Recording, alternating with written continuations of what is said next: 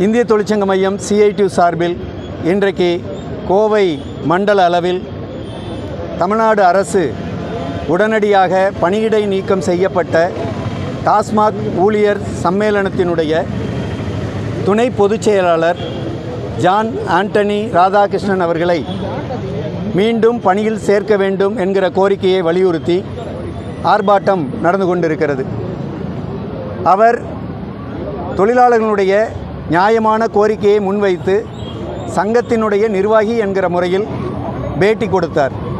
ஆனால் தமிழ்நாடு அரசு, குறிப்பாக தமிழ்நாடு வாணிபக் கழகம், டாஸ்மாக் நிர்வாகம் அவரை இப்படி பேட்டி கொடுத்தது தவறு என்கிற பெயரில் பணியிடை நீக்கம் செய்திருக்கிறார்கள். இது கண்டிக்கத்தக்கது.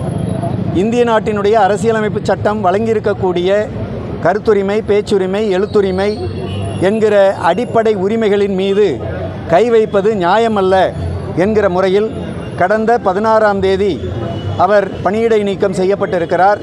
அதன் மூலம் ஏற்பட்டிருக்கக்கூடிய மன உளைச்சல், பல்வேறு விதமான பாதிப்புகள், இவை அனைத்திற்கும் தமிழ்நாடு அந்த டாஸ்மாக் அமைச்சகம், அது சார்ந்த உயர் அதிகாரிகள் தான் பொறுப்பாவார்கள் என்பதை நாங்கள் சுட்டிக்காட்ட விரும்புகிறோம்.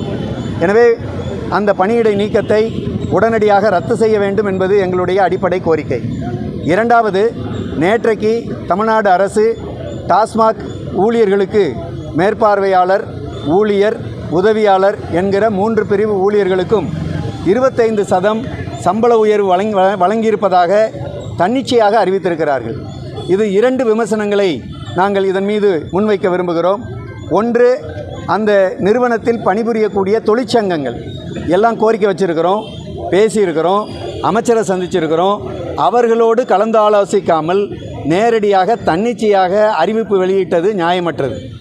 2, வெளியில் பார்த்தால் பளிச்சுன்னு பெரிய 25% சம்பள உயர்வா என்று பலருக்கும் தோன்றும். 25%த்தை நீங்கள் ஒப்பிட்டு பார்த்தீங்கன்னா 3000 ரூபாய் தான், அல்லது 2500 ரூபாய் தான். இந்த தொகை உண்மையிலேயே நியாயமா என்று பாருங்கள்.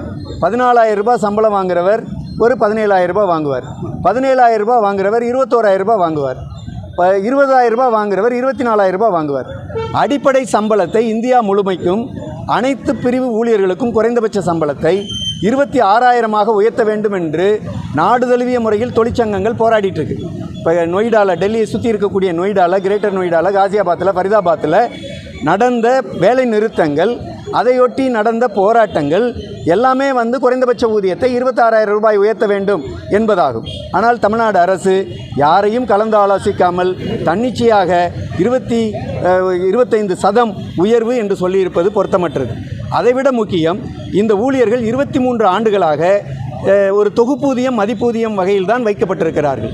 காலமுறை ஊதியம், டைம் ஸ்கேல் என்பதற்குள் வரவில்லை. இவர்கள் கிட்டத்தட்ட 20,000க்கும் அதிகமான, 25,000க்கும் அதிகமான ஊழியர்கள் தமிழ்நாட்டில் வேலை செய்கிறாங்க.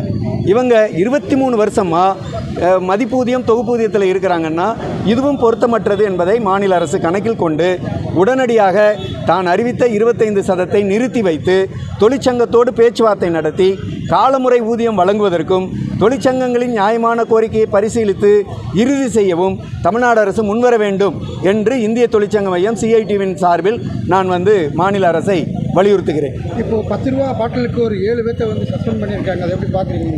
அதான் இந்த 10 ரூபா பாட்டிலுக்கு அப்புறம் MRP ரேட்டுக்கு மேலே விற்கிறது, இதெல்லாம் ரொம்ப ரொம்ப அநியாயமான குற்றச்சாட்டுகள். 7 ஊழியர்கள் சஸ்பெண்ட் பண்ணப்பட்டிருக்கிறாங்க.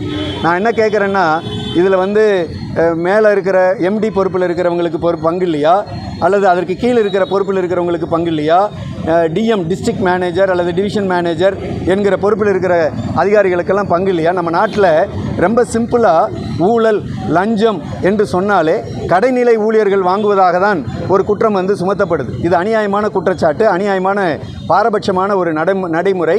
இது ஒழுங்கு செய்யப்படணுமா? ஒழுங்கு செய்யப்படணும். அது ஒழுங்கு செய்கிறதுக்கு இன்றைக்கி தமிழ்நாடு அரசு என்ன சொல்லுது? நீங்கள் பாட்டிலுக்கு 10 ரூபா வாங்காதீங்க, 25% சம்பளம் தர்றோம் அப்படின்னு சொல்கிறாங்க. 25% சம்பளம் என்னங்க ரேட்டு? நீங்கள் 20,000 ரூபாய், 22,000 ரூபாய், 17,000 ரூபாய் சம்பளத்தை வச்சு ஒரு ஊழியர் 23 வருஷமாக இதுதான் சம்பளம் வாங்கிட்டு இருக்கிறாரு என்று சொன்னால், இது ஒரு தமிழ்நாடு அரசுக்கு சுயமரியாதை இருக்கக்கூடிய தொழிலாளர்கள் நல்ல வாழ்க்கையை வாழ முடியும்னு தமிழ்நாடு அரசு சொல்லுதா?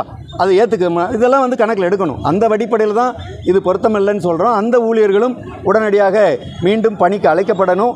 அது மாதிரியான குற்றச்சாட்டுகளை ஒழுங்குபடுத்துவதில் மேல்மட்ட அதிகாரிகளிலிருந்து கடைநிலை ஊழியர்கள் வரை அனைவரும் ஒழுங்கு செய்யணும். பாட்டிலுக்கு 10 ரூபாய் என்கிற பிரச்சனை கடந்த ஆட்சியில் இருந்தது, அதுக்கு முந்தின ஆட்சியில் இருந்தது என்றெல்லாம் சொல்லப்படுது. யார் ஆட்சியில் இருந்தாலும் தப்பு தான். பாட்டில் திரும்ப தரணும்னு சொல்கிறாங்க. இந்த ஊழியர்கள் திரும்ப போய் எங்கே போய் கலெக்ட் பண்ணுவாங்க? வந்து வாங்கிட்டு போகிற மதிப்புரியர்கள்ட்ட திரும்ப வந்து இந்த பாட்டிலை கொடு அப்படின்னு கேட்டு வாங்குகிற ஏற்பாட்டை எப்படி செய்ய முடியும்? இதெல்லாம் நிறைய பிரச்சனை இருக்குது. இதெல்லாம் நிர்வாக ரீதியில் சரி செய்யணும். ஏதோ ஊழியர்கள் தப்பு பண்ணுறாங்க என்கிற கண்ணோட்டத்தில் முன்னிறுத்துவது என்பது தப்பித்து கொள்ளுகிற போக்கு சரியில்லை அப்படின்னு யார் யாருக்கெல்லாம் பங்கு போகுது பேர் சொல்ல முடியும்? அதெல்லாம் நாங்கள் சொல்ல முடியாது. யார் யாருக்கு பங்கு போகுதுன்னா எங்களுக்கு என்ன அதான் வேலை. நாட்டில் லஞ்சம் ஒழியம், அதாவது உயரதிகாரிகள் எல்லாருக்கும் பங்கு இருக்குது. எல்லாருமே சேர்ந்து தான் இதை பார்க்குறாங்க. நேற்று வரைக்கும் நடக்காத ஒன்று இன்றைக்கி நடந்ததுன்னு சொல்கிறாங்கன்னா எப்படி நடக்குது? அந்த சென்ஸில் தான் இதை பார்க்கணும். எனவே இதில் எல்லாரும் தார்மீக பொறுப்பெடுத்து இதில் லஞ்ச ஒழிப்புத்துறையோ மற்ற உயர் அதிகாரிகளோ தலையிட்டு நடவடிக்கை எடுக்கணுங்கிறது தான் எங்களுடைய வேண்டுகோள்.